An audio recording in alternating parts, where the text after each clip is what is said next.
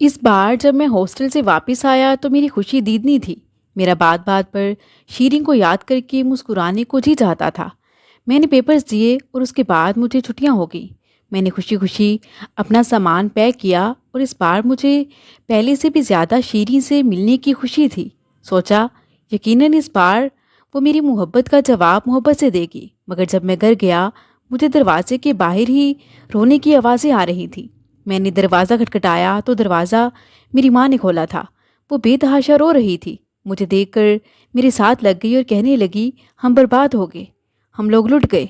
میں نے کہا، ہوا کیا ہے اماں؟ وہ کہنے لگی، ارے تیری بیوی بھاگ گئی ہے۔ یہ سن کر مجھے ایسا لگا جیسے کسی نے میرے پاؤں کے نیچے سے زمین کھینچ لی ہو۔ میں نے کہا، اماں آپ ہوش میں تو ہیں؟ بھلا وہ کہاں جا سکتی ہے؟ اماں کہنے لگی، مجھے کیا پتہ نہیں کون سے عاشق پال رکھے تھے اس نے۔ میں کہتی تھی نا کہ اتنی آزادی نہ دے، لیکن تو اسے میکے چھوڑ آیا۔ ایک ہفتے بعد تمہارا باپ اسے واپس لے کر آیا تھا۔ تب سے ہی اس کے تیور مجھے اچھے نہیں لگ رہے تھے۔ ہر وقت چھت پر ہی چڑھی رہتی تھی۔ جب میں پوچھتی تو کہتی، کپڑے رسی پر ڈال رہی ہوں۔ میں نے کہا، اماں اس کی عمر تو دیکھیں، 13-14 سال کی ہے۔ وہ بولا کیوں بھاگنے لگی اور آخر کہاں جائے گی؟ اماں کہنے لگی، وہ بہت تیز لڑکی تھی، اتنی سی عمر میں ہی اس نے تو ہمیں ذلت و رسوا کر کے رکھ دیا ہے۔ یہ سب سن کر مجھے یوں لگا جیسے کسی نے میرے جسم سے جان نکال لی ہو۔ میں اندر آیا تو میرے بہن بھائی چپ چاپ گردن لٹکائے بیٹھے تھے۔ میرے والد بھی اپنا سر پکڑے بیٹھے تھے۔ اماں کہنے لگی، پرسوں رات سے وہ غائب ہے۔ میں نے کہا، آپ نے مجھے بتانے کی ضرورت کیوں نہیں سمجھی؟ اماں کہنے لگی، تمہیں اتنی دور کیا بتاتے، ہماری تو عزت کا جنازہ نکل گیا ہے۔ میں سمجھ نہیں پا رہا تھا کہ وہ ایسا کیسے کر سکتی ہے۔ وہ تو مجھ سے بھی خوف کھاتی تھی۔ پھر جب میں گیا تھا تو وہ بہت خوش تھی۔ وہ ایسی تو بالکل نہیں تھی۔ میں نے تو ہمیشہ اسے گھر کے کاموں میں الجھا ہوا دیکھا تھا۔ بس میں وہیں چارپائی پر ڈھہ گیا تھا۔ مجھے ابھی بھی اپنے کانوں پر یقین نہیں ہو رہا تھا۔ میری اماں روئے جا رہی تھی۔ کچھ دیر بعد محلے کی کچھ اور عورتیں ہمارے گھر آ گئی اور شیریں کو برا بھلا کہنے لگی کہ اتنی کم عمری میں اس نے اتنا بڑا کام کر دیا۔ ہم تو اس لڑکی کو بڑا سیدھا سادہ اور نیک سمجھتے تھے۔ بہن، تمہارے گھر میں تو وہ سر سے دوپٹہ نہیں اتارتی تھی، اب دیکھو تو کیسی گڈنی میسری نکلی ہے۔ مگر میرا دل اس بات پر آمادہ ہی نہیں تھا کہ وہ گھر سے بھاگ سکتی ہے۔ وہ تو ایسی نہیں تھی۔ میرا اس کے ہاتھ پکڑنے پر وہ بدحواس ہونے لگتی تھی۔ میری ماں سے پوچھے بنا تو وہ اپنے کمرے میں بھی نہیں جاتی تھی۔ پھر یوں گھر سے کیسے بھاگ سکتی تھی؟ میں سوچنے لگا کہ یہ سچ نہیں ہو سکتا۔ میں اس کے بارے میں اتنا برا نہیں سوچ پا رہا تھا کہ وہ اتنا بڑا قدم بھی اٹھا سکتی ہے۔ میری آنکھوں کے سامنے ابھی اس کا وہی مسکراتا ہوا چہرہ گھوم رہا تھا کہ جب میں نے آخری بار اسے دیکھا تھا۔ کچھ ہی دیر بعد چچی بھی آ گئیں اور رونے پیٹنے لگی۔ میری اماں چچی سے کہنے لگی، تمہاری بیٹی نے تو ہماری عزت کا جنازہ نکال دیا ہے، اب تم کیوں بہن کرنے آ گئی ہو؟ چچی روتے ہوئے کہنے لگی، وہ ایسی بالکل نہیں تھی، وہ ایسا کر ہی نہیں سکتی۔ میری بچی اتنا بڑا قدم اٹھا ہی نہیں سکتی۔ وہ تو پانی تک آپ سے پوچھ کر پیتی تھی۔ مگر میری اماں آگے سے کہنے لگی، یہ سب بس دکھاوے کی باتیں تھی، گز پر لمبی زبان تھی تمہاری بیٹی کی۔ وہ تو میں ہی تھی کہ سب برداشت کر لیتی تھی، اسے اپنا سمجھ کر کبھی اس کے عیب پر بھی نظر ہی نہیں ڈالی۔ مجھ پر تو جیسے کوئی قیامت ٹوٹ گئی تھی۔ یہ کوئی چھوٹی بات تو نہیں تھی۔ گھر میں جو بھی آتا سو باتیں کر کے چلا جاتا۔ میری چچی رو دھو کر واپس اپنے گھر چلی گئی۔ یوں شیریں کو غائب ہوئے 3 دن گزر گئے اور یہ 3 دن میں نے بڑی مشکل سے گزارے تھے۔ میں کسی کی بات پر یقین نہیں کر پا رہا تھا۔ چوتھے روز صبح ہمارے گھر کے دروازے پر دستک ہوئی۔ وہ صبح کے 4 بجے کا ٹائم تھا۔ سب سو رہے تھے، بس میں ہی جاگ رہا تھا اور صحن میں رکھی چارپائی پر ہی لیٹا تھا۔ دستک بڑی آہستہ سے ہوئی تھی۔ میں نے اٹھ کر جیسے ہی دروازہ کھولا تو سامنے شیریں کھڑی تھی۔ اس نے کالے رنگ کی چادر چہرے پر لپیٹ رکھی تھی۔ اسے دیکھتے ہی جیسے مجھے یقین آ رہا تھا کہ وہ میرے سامنے ہے۔ میں نے فوراً سوال کیا، کہاں تھی تم اتنے دنوں سے؟ میرے یہ پوچھنے پر وہ ڈگمگاتے قدموں سے اندر آئی اور پھر وہیں گر کر بے ہوش ہو گئی۔ میں شیریں شیریں کہہ کر اسے جگانے لگا۔ میری بلند آواز سن کر میری والدہ، والد اور بہن بھائی بھی باہر آ گئے۔ شیریں کو یوں بے ہوش دیکھ کر پہلے تو سب حیران ہوئے۔ پھر میری اماں کہنے لگی، آ گئی ہے تو منہ کالا کرا کر۔ میں نے اپنی بہن سے کہا کہ ٹھنڈا پانی لے کر آؤ۔ وہ جیسے ہی پانی لے کر آئی، میں نے ٹھنڈے پانی کے چھینٹے اس کے منہ پر مارنے شروع کیے، لیکن وہ بے سود لیٹی رہی۔ میں نے اسے اپنی گود میں بھرا اور اپنے کمرے میں جا کر لٹا دیا۔ میری اماں غصے سے کہنے لگیں، جب یہ ہوش میں آ جائے تو طلاق دے کر اسے گھر سے نکال دینا، ایسی لڑکی کو میں اپنے گھر پر نہیں رکھوں گی۔ میں نے کہا، اماں پہلے آپ اسے ہوش میں آنے تو دیں، تو میں اسے پوچھوں گا کہ اس کے ساتھ کیا ہوا تھا۔ میری بات سن کر میری اماں کہنے لگیں، پوچھنا کیا ہے، ارے تم اندھے ہو، یہ اپنے عاشق کے ساتھ منہ کالا کروا کر آئی ہے۔ میں تو یہ سوچ رہی تھی کہ اس کی یہاں پر دوبارہ آنے کی ہمت کیسے ہوئی۔ میرے ماں باپ غصے میں تھے اور میرے والد بھی کہنے لگے کہ ہم اس لڑکی کو اپنے گھر میں نہیں رکھیں گے۔ میں نے ان سے کہا کہ جب تک میں شیریں سے اصل حقیقت نہ جان لوں میں تب تک کچھ بھی نہیں کروں گا۔ میری اماں کہنے لگیں، ارے تجھ پر کون سا بھوت سوار ہے اس لڑکی کا؟ ارے کوئی شادی شدہ لڑکی ہی ہو، بچوں کی ماں کیوں نہ ہو، اسے لوگ قبول کر لیتے ہیں، مگر جو عورت ایسی بدکاری کرے تو مرد لعنت بھیجتا ہے اس پر، اور ایک تو ہے کہ اس کی جھوٹی کہانی سن کر اس پر بھروسہ کرے گا۔ میں نے کہا، اماں بات تو اسے کرنی پڑے گی، یہ کوئی گائے بیل یا بکری نہیں ہے بلکہ میری بیوی ہے۔ اس بات پر ماں غصے سے مجھے برا بھلا کہنے لگی، مگر میں نے کوئی جواب نہیں دیا۔ میں اپنے کمرے میں چلا آیا۔ میری ماں باہر سے چلا چلا کر شور مچا رہی تھی، کیا بدبخت اس کے کمرے میں کیا کرنے گیا ہے، ارے وہ تو تیرے قابل ہی نہیں رہی۔ میں شیریں کے پاس آ گیا۔ جب میں نے اس کے چہرے کی جانب دیکھا تو اس کی رنگت پیلی پڑ چکی تھی۔ میں اس کے پاس بیٹھ گیا۔ آنکھوں کے گرد ہلکے گہرے پڑ چکے تھے، چہرے کی رونق بالکل ختم ہو چکی تھی۔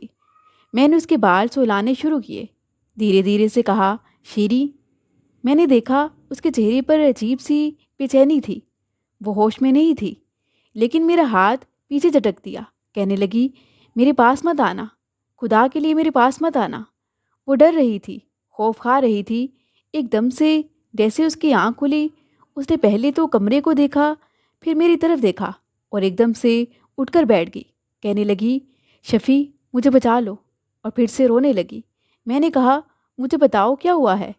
اس سے پہلے کہ وہ کچھ کہتی وہ کسی گہری سوچ میں کھو گئی تھی، پھر خوف کے مارے نہیں میں سر ہلانے لگی، کہنے لگی، نہیں نہیں کچھ نہیں، یہ کہہ کر دوبارہ سے بیڈ پر لیٹ کر رونے لگی۔ میں نے کہا، مجھے بتاؤ کیا ہوا ہے۔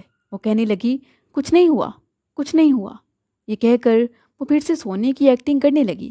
میں نے کہا، مجھے بتاؤ تو صحیح، تم کہاں گئی تھی۔ وہ چپ ہو گئی، پھر کہنے لگی، میں کچھ نہیں بتا سکتی، کچھ بھی نہیں بتا سکتی، اگر بتا بھی دوں تو کوئی بھی میری بات پر یقین نہیں کر سکتا۔ مجھے بتاؤ، جو اماں کہہ رہی ہیں کیا وہ سچ ہے۔ وہ کہنے لگی، مجھے سونے دو، میں سونا چاہتی ہوں، یہ کہہ کر اس نے اپنی آنکھیں بند کر لیں۔ اس کی بند آنکھوں سے بھی آنسو نکل کر تکیے میں گرنے لگے تھے۔ میں نے اپنے ہاتھ سے اس کے آنسو صاف کیے، پھر میں نے کہا، سو جاؤ۔ کچھ ہی دیر میں وہ سو چکی تھی، لیکن مجھے نیند نہیں آ رہی تھی۔ مجھے کیسے نیند آ سکتی تھی؟ میں تو اس کے لیے سرخ رنگ کا خوبصورت سا لباس لے کر آیا تھا، چوڑیاں لے کر آیا تھا، اور اس بار تو اس کے لیے میک اپ بھی لے کر آیا تھا۔ بہت کچھ سوچ کر آیا تھا کہ آتے ہی ابو سے کہوں گا میری رخصتی کروا دیں، کیونکہ میں 12 جماعتیں پڑھ چکا ہوں اور کوئی نوکری بھی کر لوں گا، اور ساتھ ہی ساتھ تعلیم کا سلسلہ بھی جاری رکھوں گا۔ لیکن یہ نہیں جانتا تھا کہ یہاں آتے ہی میرے سر پر قیامت ٹوٹ پڑے گی۔ شیریں کو وہیں سوتا چھوڑ کر کمرے سے باہر آ گیا۔ باہر آ کر اپنی چارپائی پر لیٹ گیا، آسمان کی طرف دیکھنے لگا۔ اچانک میری آنکھ لگ گئی، اور صبح جب میں اٹھا تو شور کی آواز سے اٹھا تھا۔ میری ماں شیریں کا بازو پکڑے اسے دھکے دے کر گھر سے باہر نکال رہی تھی۔ میں اٹھ کر بیٹھ گیا۔ میں نے کہا، اماں یہ کیا کر رہی ہو؟ میں نے اماں کے ہاتھ سے اس کا بازو چھڑوایا۔ وہ میرے بالکل پیچھے چھپ کر رونے لگی۔ اماں کہنے لگی، یہ یہاں نہیں رہ سکتی، اس کو گھر سے باہر نکالو، میں اس بدنامی کی پوٹلی کو اپنے گھر پر نہیں رکھوں گی۔ میں نے کہا، ابھی تک اس نے مجھے سچ نہیں بتایا، مجھے پہلے اسے سچ جاننا ہے اور پھر ہی کوئی فیصلہ کروں گا۔ میری ماں کہنے لگی، تیرا تو دماغ خراب ہو گیا ہے، لیکن ہمارا دماغ خراب نہیں ہوا۔ ارے 4 دن کے بعد یہ گھر آئی ہے اپنے عاشق کے ساتھ منہ کالا کروا کر۔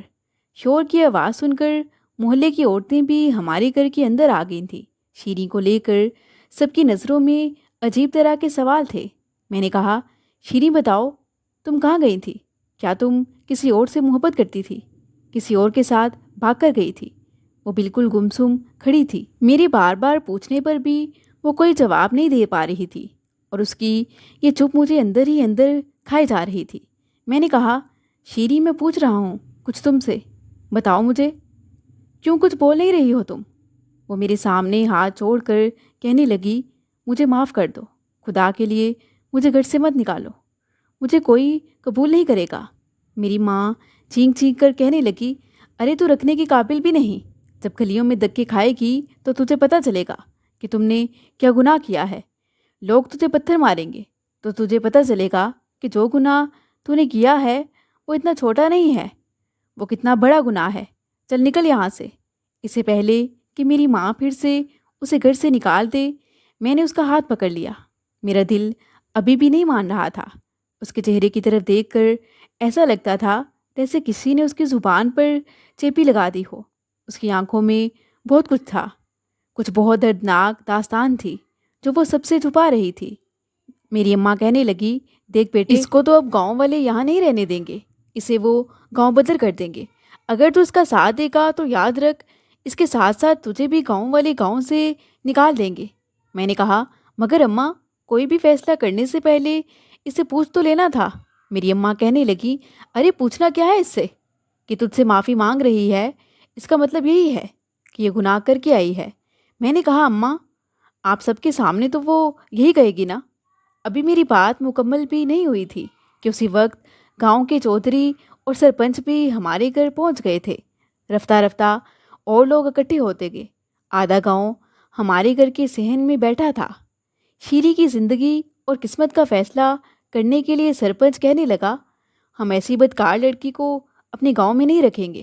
وہ میرے والد سے کہنے لگا، اپنے بیٹے کو بولو کہ اسے طلاق دے دے، پھر ہم اس کا منہ کالا کر کے اسے گاؤں سے ہمیشہ کے لیے نکال دیں گے۔ میں چپ چاپ کھڑا تماشا دیکھ رہا تھا۔ شیری ایک کونے میں کھڑی رو رہی تھی، اس سے کسی نے بھی کچھ نہ پوچھا۔ میری ماں سرپنچ سے کہنے لگی کہ رات کو 12 بجے کے بعد غائب ہو گئی تھی اور آج 4 دن کے بعد آئی ہے۔ ہم نے دائی کو بلا کر اسے چیک بھی کروایا ہے، یہ کمبخت گناہ کر کے آئی ہے۔ بس چودھری صاحب نے یہ بات سن کر اپنا فیصلہ سنا دیا۔ میں نے آگے بڑھ کر چودھری صاحب سے کہا کہ یہ کیسی اندھیر نگری ہے۔ عدالت میں بھی مجرم سے ایک بار پوچھا جاتا ہے کہ وہ اپنی صفائی میں کچھ کہنا چاہے تو کہہ سکتا ہے، آپ نے اس سے کچھ بھی نہیں پوچھا۔ میری بات سن کر وہ کہنے لگے، اور میاں، ٹھنڈے ہو کر بیٹھو، بڑے ہی بے غیرت ہو تم تو۔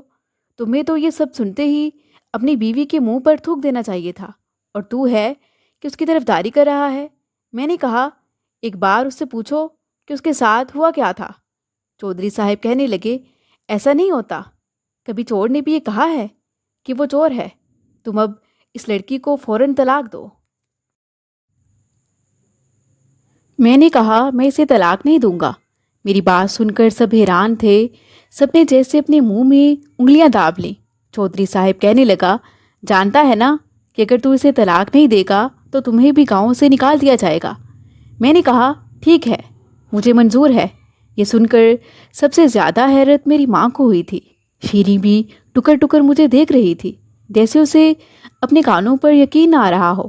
سب کے سامنے میں نے شیری کا ہاتھ پکڑا اور اسے لے کر اپنے گھر سے باہر نکل گیا۔ میری اماں ہکا بکا مجھے دیکھتی رہ گئی۔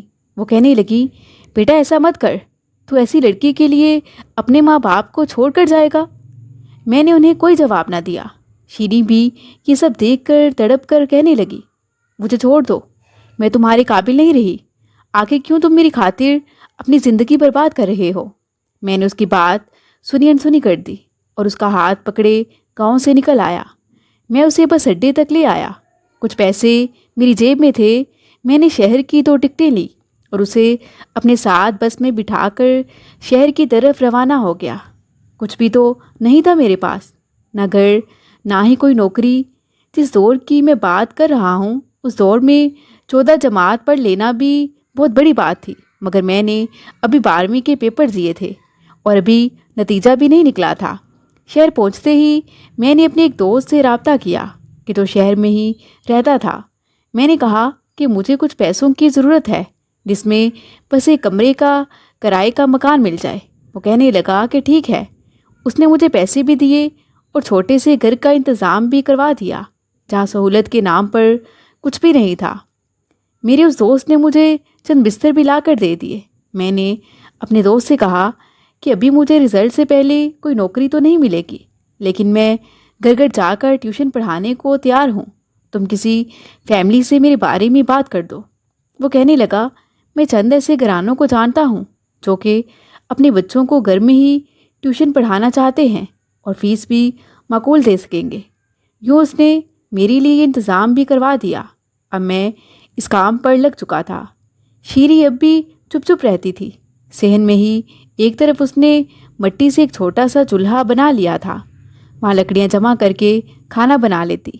چند دن گزر گئے تھے، نہ تو میں نے شیری سے کبھی بات کی اور نہ ہی اس نے مجھ پر کوئی حق جتایا۔ اب پہلے جیسی بات نہیں رہی تھی۔ اس وقت میں 18 سال کا ہوں گا اور وہ 14 یا 15 کی۔ اس کم عمری میں بھی میں نے اس میں بہت زیادہ تبدیلی دیکھی تھی۔ وہ اپنی عمر سے کافی بڑی اور سمجھدار ہو گئی تھی، لیکن اس کے ساتھ ساتھ وہ نہایت خوف زدہ سی رہتی تھی۔ میں اب اس کے خوف سے پریشان ہونے لگا تھا۔ جب میں گھر آتا تھا تو وہ مجھ سے بھی کچھ گھبرائی رہتی تھی، اس لیے ہم دونوں ایک دوسرے سے زیادہ تر دور دور ہی رہتے تھے۔ لیکن مجھے اس کے بارے میں جاننا بھی ضروری تھا، لیکن میں اسے کچھ وقت دے رہا تھا تاکہ وہ کچھ نارمل ہو جائے۔ اور پھر ایک روز جب وہ برتن دھو کر آئی تھی تو میں نے اسے کہا کہ مجھے اس سے کچھ ضروری بات کرنی ہے، مگر یہ سنتے ہی وہ بہت ڈر گئی۔ میں نے کہا دیکھو، میں تمہارا شوہر ہوں اور میں نے اپنی ماں اور گاؤں والوں کی باتوں پر کبھی اعتبار نہیں کیا، کیونکہ مجھے تم پر یقین ہے۔ میں تمہاری آنکھوں میں اذیت اور کرب دیکھ چکا ہوں۔ مجھے پتا ہے کہ تم بری نہیں ہو، لیکن یہ سچ جاننا بھی میرا حق ہے۔ مجھے بتاؤ کہ کیا ہوا تھا۔ وہ بڑی مشکل سے ہمت جمع کرتے ہوئے کہنے لگی سچ بہت کڑوا ہے اور تم اسے سن نہیں پاؤ گے، نہ ہی مجھ پر اعتبار کرو گے۔ میں نے کہا جب تمہاری خاطر اتنا بڑا قدم اٹھا سکتا ہوں تو کیا اعتبار نہیں کروں گا؟ وہ رونے لگی اور کہنے لگی جب سے میں تمہارے گھر رخصت ہو کر آئی تھی تمہاری اماں کے تیور مجھے ٹھیک نہیں لگ رہے تھے۔ مجھے بات بات پر ڈانٹتی تھی، کہتی تھی کہ میرے بیٹے سے دور رہا کر۔ میں ہر وقت کی ڈانٹ سے تنگ آ چکی تھی۔ ایک بار میں نے بھی کہہ دیا کہ شفیع آئے گا تو میں بھی اس سے صاف کہہ دوں گی کہ تائی اماں میرے ساتھ اچھا سلوک نہیں کرتی۔ یہ سن کر تائی اماں مجھے اور بھی برا بھلا کہنے لگی۔ انہوں نے میرے منہ پر تھپڑ مار دیا۔ میں نے روتے ہوئے بھی یہی کہا کہ میں شفیع کو سب بتا دوں گی۔ ایک بار ایک پڑوسن آئی اور تائی اماں سے کہنے لگی میری بہو بھی یوں ہی زبان چلاتی تھی۔ میں پیر بابا کے آستانے پر گئی تو انہوں نے ایسا تویز دیا کہ میری بہو میرے آگے زبان چلانا تو دور کی بات، اب آگے سے سر بھی نہیں اٹھا سکتی۔ تائی اماں مجھے کہنے لگی کہ پیر صاحب کے آستانے پر جانا ہے۔ میں نے انکار کر دیا تو وہ کہنے لگی کہ اگر تو سیدھی طرح میرے ساتھ نہیں گئی تو میں تجھے گھسیٹتے ہوئے لے جاؤں گی۔ ان کے غصے کو دیکھ کر میں وہاں چلی گئی۔ میرا ویسے بھی ان باتوں پر یقین نہیں تھا، اس لیے میں نے سوچا کہ کیا کروا لیں گی مجھ پر۔ خیر میں ان کے ساتھ جب وہاں چلی گئی، جب اس بھیڑ نے مجھے دیکھا تو دیکھتا ہی رہ گیا، جیسے نہ جانے میرے چہرے پر کیا دیکھ لیا ہو۔ پھر تائی اماں سے کہنے لگا کہ تیری بہو تیرے لیے بدشگن ہے، کہ تیرے بیٹے کو تجھ سے چھین لے گی۔ اس لڑکی کا حسن تو اس کم عمری میں اس کے ہوش اڑا دیتا ہے، تو پھر جب یہ کچھ اور بڑی ہو گئی تو تیرا بیٹا اس کا ہی ہو کر رہ جائے گا۔ تائی اماں اس کی بات سن کر بے حد پریشان ہو گئی۔ وہ پیر بابا سے کہنے لگی پیر صاحب اس کا کوئی حل بھی بتا دیجئے، مجھے پھر کیا کرنا چاہیے؟ وہ پیر تائی اماں سے کہنے لگا حل ہے میرے پاس اور بہت اچھا حل ہے۔ ایسا کر تو اسے 3-4 دن کے لیے میرے پاس چھوڑ جا، میں اس کا ایسا منہ بند کروں گا کہ یہ کبھی زندگی میں منہ نہیں کھول پائے گی، اور پھر تو اس پر بدکاری کا الزام لگا کر اسے گھر سے نکال دینا، کیونکہ اس لڑکی کے کالے سائے تیرا گھر برباد کر دیں گے اور تجھے کہیں کا نہیں چھوڑیں گے۔ میں اس پیر کی بات سن کر رونے لگی اور کہنے لگی تائی اماں میں آج کے بعد آپ کے سامنے زبان نہیں چلاؤں گی، لیکن مجھے کسی پیر کے آستانے میں نہیں رہنا۔ خیر تائی اماں نے مجھ سے کچھ نہیں کہا اور وہ مجھے واپس کر لے آئی۔ میں نے شکر ادا کیا کہ ان کو مجھ پر رحم آ گیا ہے، لیکن پھر اسی رات 12 بجے جب میں اپنے کمرے میں سو رہی تھی انہوں نے مجھے آ کر اٹھایا اور کہنے لگیں میرے ساتھ چل۔ میں نے حیرت سے انہیں دیکھا اور کہا کہ مجھے کہیں نہیں جانا۔ یہ سنتے ہی انہوں نے میرے منہ پر کپڑا باندھ دیا اور میرے دونوں ہاتھ پیچھے لے جا کر باندھ دیے۔ وہ مجھے پیر بابا کے آستانے لے آئیں اور پھر مجھے وہیں چھوڑ کر گھر آ گئی۔ یہ کہنے کے بعد وہ ہچکیاں لے لے کر رونے لگی، کہنے لگی میں اب آگے تمہیں اور کچھ نہیں بتا سکتی کہ اس پیر نے میرے ساتھ کیا کیا، لیکن اس نے مجھ سے کہا تھا کہ اگر تو نے میرا نام لیا تو میں اپنے جنات کے ذریعے تجھے مروا دوں گا۔ پھر وہ بری طرح روتے ہوئے کہنے لگی کہ وہاں میرے ساتھ بہت برا سلوک کیا گیا ہے، بہت درندگی دکھائی اس پیر نے مجھے۔ وہ مسلسل روئے جا رہی تھی اور میں اس کی باتیں سن کر سکتے میں آ گیا۔ پھر میں نے اسے اپنے ساتھ لگا لیا، لیکن وہ فوراً ہی گھبرا کر پیچھے ہٹ گئی۔ پھر کہنے لگی مجھے مرد ذات سے ڈر لگتا ہے، مجھے ان سے خوف آتا ہے۔ جو کچھ اس نے مجھے بتایا مجھے اسے جان کر بہت افسوس ہو رہا تھا اور میرا اپنی ماں کی عقل پر ماتم کرنے کو جی جا رہا تھا۔ پتہ نہیں وہ بہو کو اپنا غلام کیوں بنا کر رکھنا چاہتی تھیں، یہاں تک کہ اس کی زبان بندی کی خاطر اسے کسی آستانے پر چھوڑ آئی۔ میرے پاس اس کو دلاسا دینے کے لیے کوئی الفاظ موجود نہیں تھے، اس لیے میں کمرے سے باہر آ گیا اور چھوٹے سے صحن میں بستر اور چارپائی بچھا کر لیٹ گیا۔ شیریں کی سسکیوں کی آوازیں کمرے سے باہر تک آ رہی تھیں، لیکن میں نہیں چاہتا تھا کہ اس کے قریب جا کر اسے مزید اذیت دوں۔ چند ماہ بعد شیریں کی طبیعت بہت خراب رہنے لگی۔ ایک روز جب میں شام کو گھر لوٹا تو وہ چارپائی پر بے سدھ پڑی تھی۔ میں نے اسے پکارا تو اس نے آنکھیں کھولیں، پھر اس سے اٹھا نہیں جا رہا تھا۔ میں نے اسے سہارا دے کر بٹھایا اور پھر پانی دیا۔ وہ کہنے لگی کہ میرا جی بہت متلا رہا ہے۔ میں اسے ڈاکٹر کے پاس لے کر گیا، مگر جو خبر ڈاکٹر نے مجھے سنائی وہ میرے لیے سننا بہت مشکل تھا۔ وہ کہنے لگی کہ یہ حاملہ ہے۔ یہ سن کر میں اسی جگہ کھڑا رہ گیا جبکہ شیریں رونے لگی۔ وہ لیڈی ڈاکٹر مجھ سے کہنے لگی اس کا شوہر کہاں ہے؟ کیا اس کا شوہر یا کوئی بڑا اس کے ساتھ نہیں آیا؟ اور آپ ان کے کیا لگتے ہیں؟ میں نے کہا نہیں، میں ہی اس کا شوہر ہوں۔ اس پر اس لیڈی ڈاکٹر نے مجھے سر سے لے کر پاؤں تک دیکھا اور پھر کہنے لگی ارے تم خود بھی اتنے چھوٹے سے ہو اور اپنی بیوی کو دیکھو، وہ بھی اتنی کم عمر ہے۔ مجھے تو سمجھ نہیں آتی کہ ماں باپ کو بچوں کی اتنی کم عمری میں شادی کرنے کا کیا شوق چڑھا ہوتا ہے۔ دیکھو تمہاری بیوی بہت کمزور ہے اور اوپر سے اس کی ایسی حالت ہے، اس لیے تم اس کا بہت خیال رکھنا۔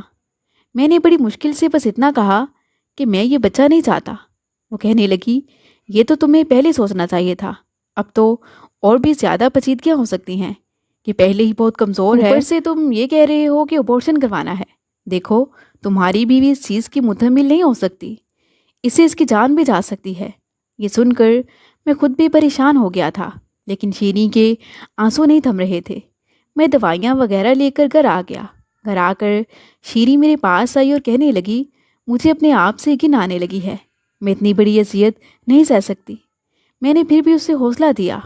اس کڑے وقت میں نے اسے کیسے سنبھالا کہ میں ہی جانتا تھا۔ ایک تکلیف سے میں بھی گزر رہا تھا، مگر میں اسے چھپائے ہوئے تھا۔ کسی مرد کے لیے بھی یہ بات آسان نہیں ہوتی کہ اس کی بیوی کسی اور کے بچے کی ماں بننے والی تھی، لیکن میں کمزور نہیں تھا۔ پورا عرصہ میں نے اسے سنبھالا اور اسے یہ محسوس نہ ہونے دیا کہ وہ کوئی مجرم ہے۔ اس دوران میں نے پرائیویٹ تعلیم کا سلسلہ بھی جاری رکھا، ساتھ ٹیوشن بھی پڑھاتا رہا۔ میں ہنسنے ہنسانے والا انسان اب ایک سنجیدہ انسان بن کے رہ گیا تھا۔ وقت مقررہ پر شیریں نے ایک بیٹے کو جنم دیا۔ جب نرس نے بیٹے کو اس کی گود میں ڈالنا چاہا تو اس نے بچے کی طرف دیکھا تک نہیں تھا، وہ بس روئے جا رہی تھی۔ پھر مجھ سے کہنے لگی کہ اسے کسی بے اولاد جوڑے کو دے دو، میں اسے نہیں سنبھال سکتی۔ کہ میری آنکھوں کے سامنے رہے گا تو مجھے ہمیشہ وہ برا وقت یاد کرواتا رہے گا۔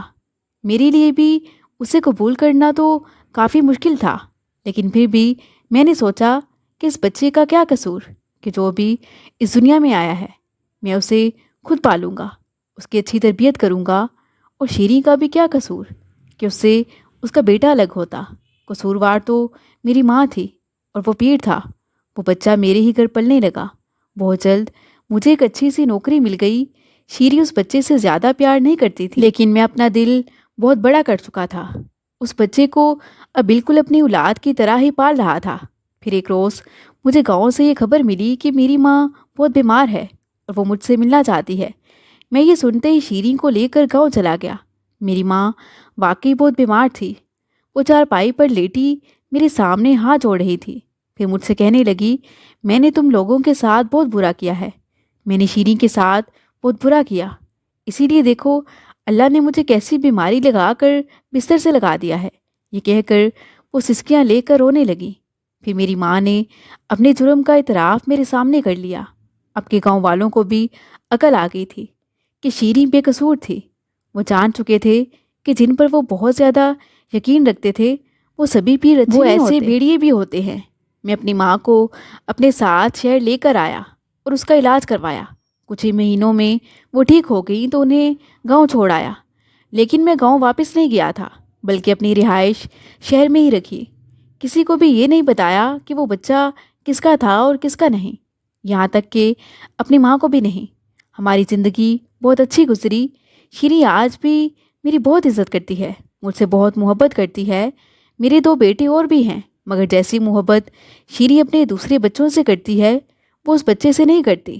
میں اسے کہتا ہوں کہ پرانی باتیں بھول جاؤ، مگر وہ کہتی ہے کہ میں تمہارے جیسا ظرف نہیں رکھتی، میں اسے چاہ کر بھی پیار نہیں دے سکتی۔ شاید یہ میرے اختیار میں ہی نہیں ہے، مگر میرا یہ بیٹا مجھ سے بہت مانوس ہے۔ وہ ماں سے زیادہ میری بات مانتا ہے اور میں اس کو حافظ قرآن بنا رہا ہوں۔ چاہتا ہوں کہ وہ ایک نیک مسلمان بنے۔ ایک مسلمان ہونے کے ناطے یہ میرا فرض ہے۔ آپ کا اس بارے میں کیا خیال ہے؟ کیا میں نے اس بچے کو اپنا نام دے کر ٹھیک کیا؟